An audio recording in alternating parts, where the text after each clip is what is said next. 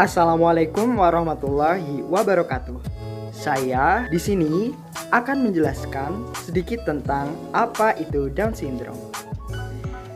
Down syndrome adalah sebuah gangguan genetik yang menyebabkan perbedaan kemampuan belajar dan ciri-ciri fisik tertentu. Disebut Down syndrome karena pertama kali dipublikasikan dan dideskripsikan secara akurat oleh seorang dokter di Inggris bernama John Langdon Down 1866. Individu dengan Down syndrome itu tidak bisa sembuh. Namun, dengan dukungan dan lingkungan yang maksimal, individu dengan Down syndrome mampu bermasyarakat, hidup bahagia, dan tumbuh dengan maksimal.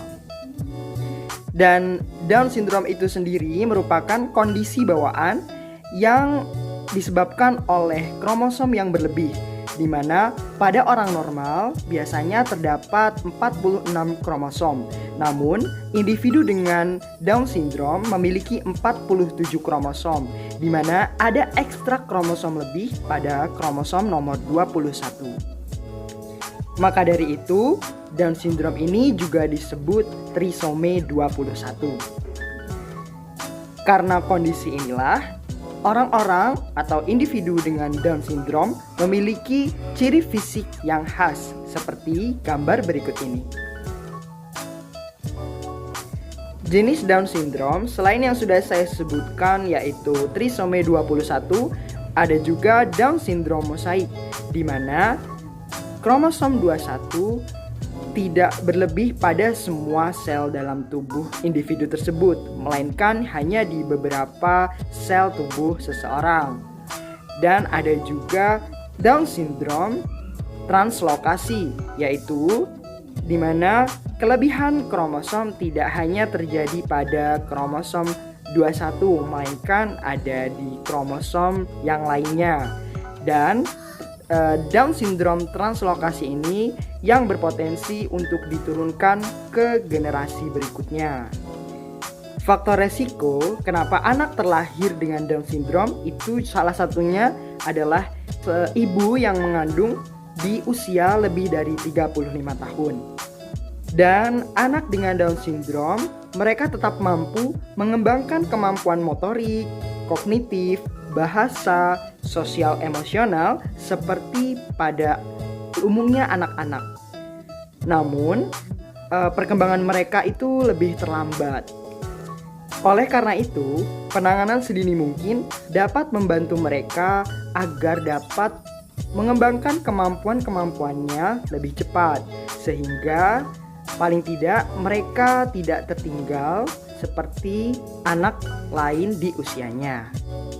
Deteksi dini bisa dilakukan sejak dari lahir, sehingga program intervensi bisa dilakukan sejak dari lahir.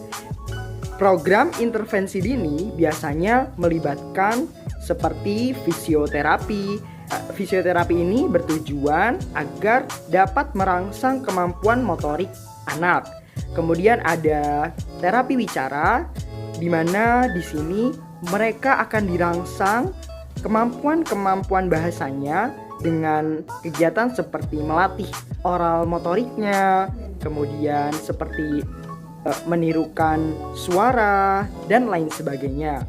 Kemudian ada juga okupasional, yaitu di mana okupasional ini bertujuan untuk membantu mereka untuk melatih kemampuan bantu dirinya, bermain, dan bersosialisasi dengan anak yang lainnya. Yang perlu kita ketahui yaitu individu Down syndrome ini mereka tetap bisa bermasyarakat. Yang mereka butuhkan adalah dukungan dari orang-orang sekitar dan cinta sehingga mereka tetap bisa hidup normal dan bahagia. Dan bahkan orang-orang Down syndrome ada yang berprestasi, seperti ada yang menjadi atlet, model, dan sebagainya. Orang tua dan orang-orang yang terkena Down syndrome tidak perlu khawatir karena mereka tidak sendiri.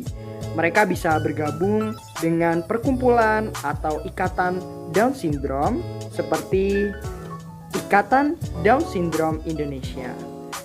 Oke semuanya, Cukup sekian video ini. Saya mengucapkan terima kasih sudah menonton video ini dan semoga video ini bermanfaat. Wassalamualaikum warahmatullahi wabarakatuh.